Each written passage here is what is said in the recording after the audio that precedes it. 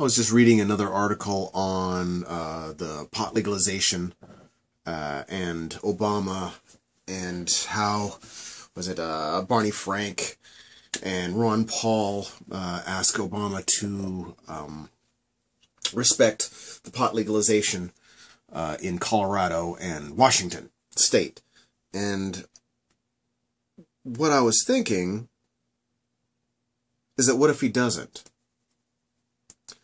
What if, I don't think this is the way it's going to be. In my head, and as I was kind of watching and reading and seeing where it all goes, I was trying to think, okay, what happens if Obama and, not Obama, his corporate masters that pull the strings, because Obama's just this much less of a corporate shill than Romney was. But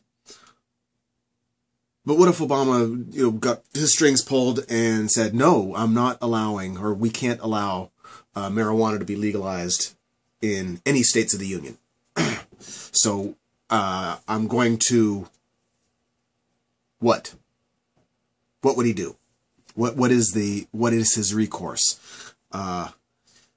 The state voted and passed legalization of marijuana for all use, recreational and medical.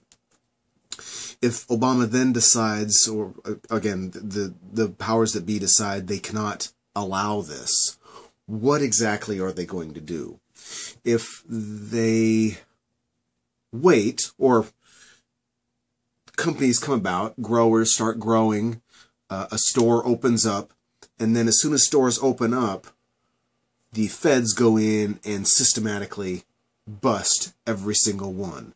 How many stores would get raided before the internet lost its shit? The feds raided a raw milk dispensary where they were selling raw milk. I know. That's some serious drugs there, and a massive public health issue.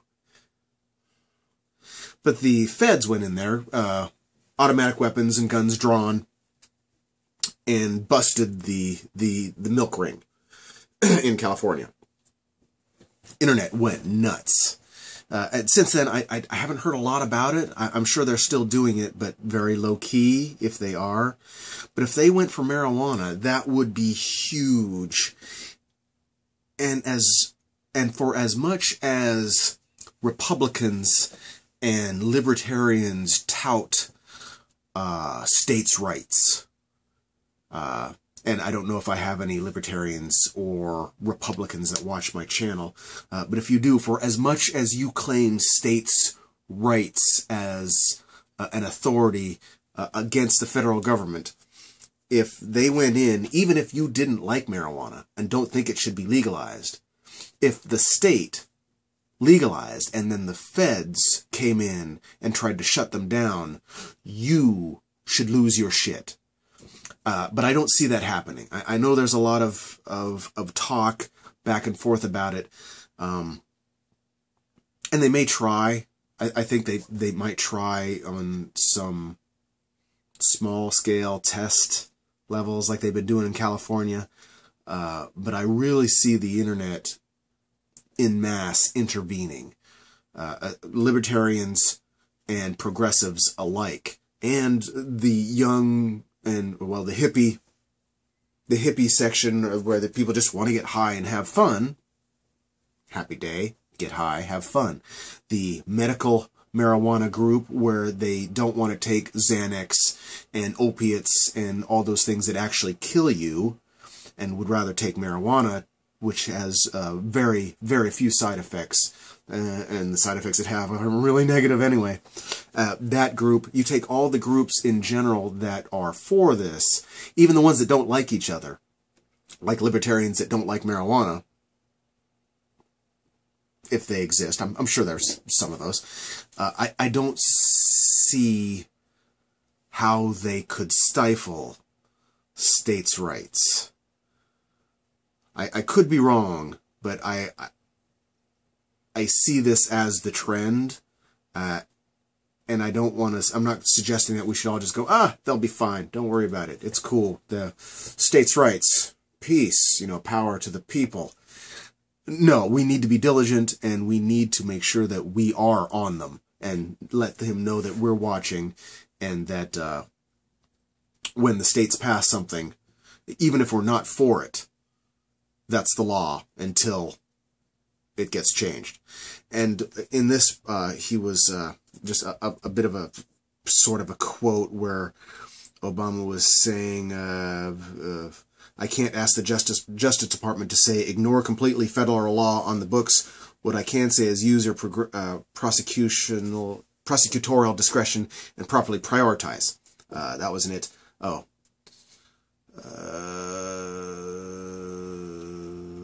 I never made a comment that somehow we're going to give carte blanche to large-scale producers and operators of marijuana. The reason is because it's against federal law. I can't nullify congressional law.